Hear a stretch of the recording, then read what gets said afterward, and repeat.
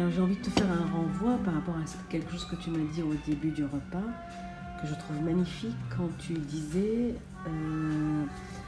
ce qu'on ne t'a pas donné, donne-le. Et je me demande si... Ce qu'on me vole même, ce qu'on m'a volé, je te le rends. Je te le rends. Et là, je sais pas pourquoi. À toi de voir si ça fait écho ou pas. J'ai une sorte de... Cette phrase revient quand je t'entends parler de ça. Est-ce qu'il y a quelque chose de toi, cet t'es forte, ordre T'es une magicienne, toi, Gracia. non. Si, c'est exactement ça. Je me rends bien compte qu'en fait, qu'en osant, c'est aussi lié à mon statut. Je sais bien que j'ai un statut qui est privilégié aussi, tu vois. Et pour moi, c'est important de pouvoir utiliser nos statuts de privilégiés pour donner de l'espace à d'autres aussi. Je vois bien que je peux m'autoriser parce que j'ai un statut de fonctionnaire, je suis invirable, il peut rien m'arriver quasiment. Et donc du coup, à un moment donné, je me suis posé la question de savoir ce que je faisais de ce statut-là. Et pour moi, ce qui était important, c'est de faire de la place aux autres. Et si je te dis ça, c'est parce que j'ai des collègues qui m'écrivent en message privé sur Twitter, par exemple, qui me disent « Ah tiens, c'est chouette ce que tu dis, ce que tu oses dire.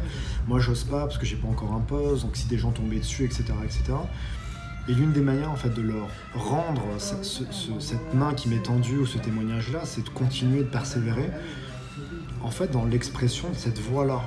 Cette voix-là qui, en effet, donne ce que je n'ai pas eu. La possibilité de parler dans ma trajectoire personnelle, familiale, identitaire, sexuelle, etc. C'est pouvoir m'autoriser maintenant à dire et à créer cet espace-là pour d'autres, en fait. C'est-à-dire, vous pouvez également rentrer dans ce flux-là et on peut reconstruire ensemble un sens commun ou une cosmologie en commun à partir d'une simple phrase auquel tu donnes sa chance. Et ça, j'aime bien aussi l'idée d'une forme qui te dépasse. C'est-à-dire que tu crées une forme, n'importe laquelle, littéraire, musicale, etc. Et en fait, tu la laisses croître d'elle-même, mais vraiment comme une plante ou comme quelque chose qui va trouer l'espace. Et progressivement, en fait, on va la faire circuler. D'autres vont tomber dessus. Ils vont lui donner de l'importance, alors que toi, tu avais laissé ça dans les oubliettes. Donc, pour répondre aussi à ta question, qu'est-ce qui fait qu'à un moment donné, tu entends cette phrase-là alors que parfois on les laisse en arrière-plan, mais parce que d'autres les entendent pour toi. Je la matérialise et quelqu'un d'autre me dit mais ça, ce qui a été écrit, c'est bien parce que j'ai écrit, parce que dans ces moments-là, il y a presque une fonction transcendante, mais tu es passé par là. Il y a quelque chose qui est passé par là et tu t'en fais le déposit.